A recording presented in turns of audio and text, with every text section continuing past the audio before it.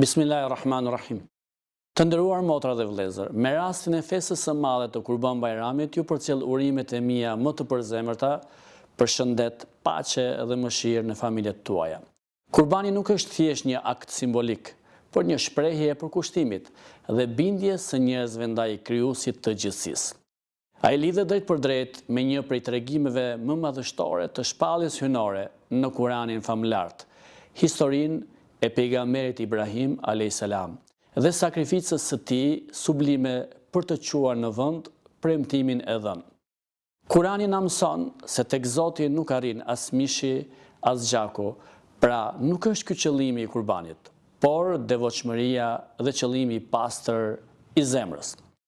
Le të jetë kjo festë një mundësi për të thelluar lidhjen tonë me Krijuesin, për të forcuar lidhjet me njëri tjetrin dhe për të ndarë me ata që kanë më pak. Le të mos harrojmë të varfrit, fëmijët dhe të afërmit, siç na mëson tradita profetike, sepse vetëm përmes ndarjes dhe solidaritetit shfaqim vlerat më të larta të fesë sot.